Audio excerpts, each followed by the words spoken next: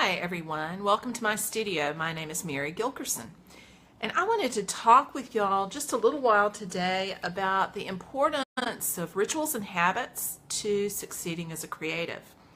It is important no matter what your creative activity is, be it writing, painting, being a scientist, any creative pursuit that you can imagine.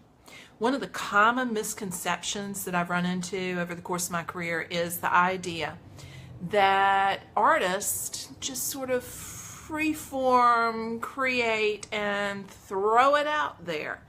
That we live a highly unstructured life and we just sort of produce creative pursuits out of thin air. That's just not how it works. So one of the things that's super important, and the science backs this up, is developing a structure. It's kind of counterintuitive to what most people think about when they're thinking about creativity. But science shows that if you create a framework or a structure for your activities, if you have daily habits and rituals in your creative practice, you're far more likely to be able to get into a flow state. And a flow state is that psychological, physiological state of mind where you lose all sense of time, where you feel like you intuitively know what to do next. Intuition takes over.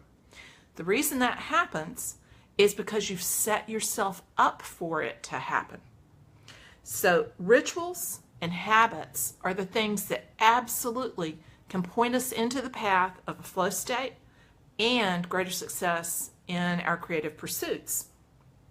They're absolutely crucial and key.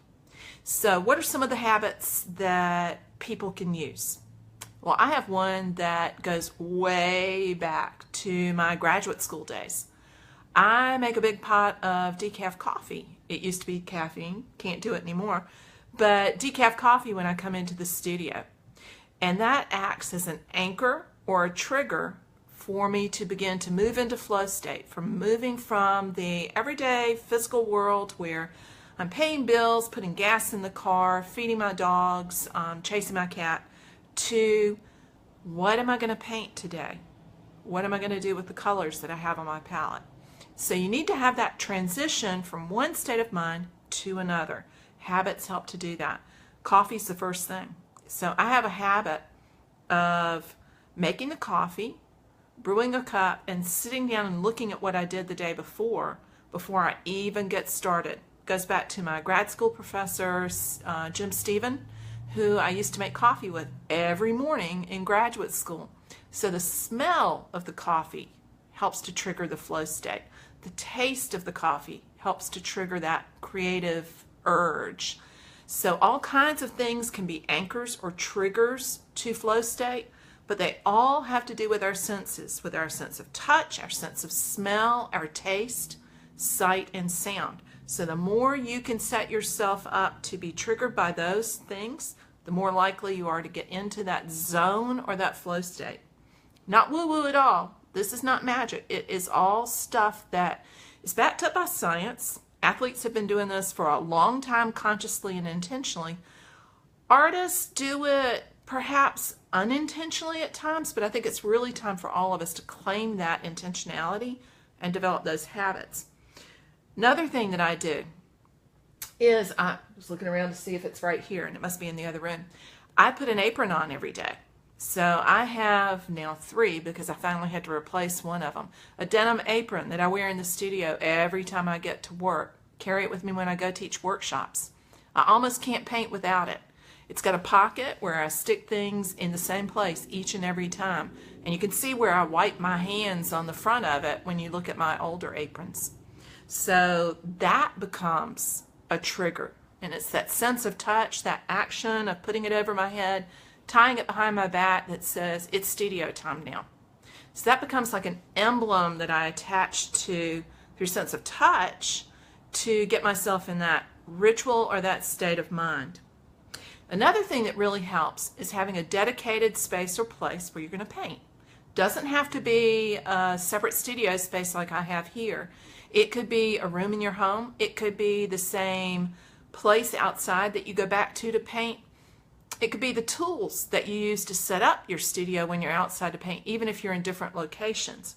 But having that sort of happy place helps you to get in the mood. So when I walk through the door into the studio, I'm making that transition from the rest of the world out there to in here. And I shut the door and it's gone. And I don't have to think about it anymore. I'm in studio time. So that's first three things. Coffee, which does taste and smell. My apron, which does feel, and it's the kinesthetic thing of putting it on. And then being in a space or a separate, different kind of environment, that environmental transition makes a big difference too. Then another thing you can do is figure out what time of day you're most creative. It's going to be different for everybody. Some people are morning people, some people are night owls, some people work best in between. But figure out for yourself what the time of day is that's best for you. Write it down and then try to really consciously use that time of day each time you really get ready to go do something creative. And that'll change over the course of your lifetime. When I was younger, I was a night owl. I painted until 2 or 3 o'clock in the morning. Now it's more of the earlier morning or later afternoon. But by 7 o'clock, I'm kind of done. So you have to figure out what works best for you. Another thing that really helps is knowing your why. What is it that's driving you to paint? What is it that you want your viewers to feel when they look at your paintings? Do you want them to feel refreshed and renewed? Do you want them to feel challenged? Do you want them to feel tension? That's a valid feeling too, but think about what you want them to feel. Write down what you want to have happen, what your why is. Post it in your studio somewhere so that you can see it and refresh your memory about why you're getting that paintbrush or paint knife out in the first place. Another thing that really helps is music. Not for everybody, but for a lot of people. It appeals to that sound trigger. So it could be classical music, whatever it is that gets you into that mood, that helps you to alter that state of mind so that you're leaving the regular world and going into the creative world. I love Duane Allman's Low Country Blues. So if I put that on, or Bruce Springsteen, I'm going to get into the mood. So if I want to be calmer and slower and lower, then I'm going to put on music that's going to help me get into that mood. If I want to be engaging and active and energetic, then I'm going to pick a playlist that's going to help get me in that mood. Think about what music helps you. It might be listening to books on tape. It might be some pure silence. But know which sound or the absence of sound helps you to make that transition. Then last, but definitely not least, is to leave judgment at the door while you're painting, in the sense of deciding right then while you're painting whether or not it's good or it's bad. That ultimate, do I scrape it off or not? So I have a number of students who get that strong urge when they're working to pull the knife out at the end of the painting. I'm talking about painting knives, not steak knives, but get the knife out and scrape it all off because they hate it when they're done. That's part of being engaged in the process, and it also is part of the development of the ability to transition to flow. A lot of times what happens is that when you're not quite developed, actually even when you are developed in the technical aspect of it, a level of frustration can set in when it's not developing according to the way you think it should develop. So you have to let go of that monkey mind that's in the back of your head telling you that it needs to all go away or be scraped off. 9 times out of 10, if you give it 24 hours, you'll realize it's actually pretty good. That you've been looking at it from 6 inches away, and most viewers are looking at it from 6 feet away. So get some distance, whether it's physical or mental, before you start doing the judgment calls on whether it's any good or not. I hope that's been helpful today. And no matter what your outlet is, what your creative pursuit is, whatever it is you do in life, creativity plays a role. So think about what you can do to set up rituals and habits that'll reinforce your creative juices. And let me know in the comments what works for you.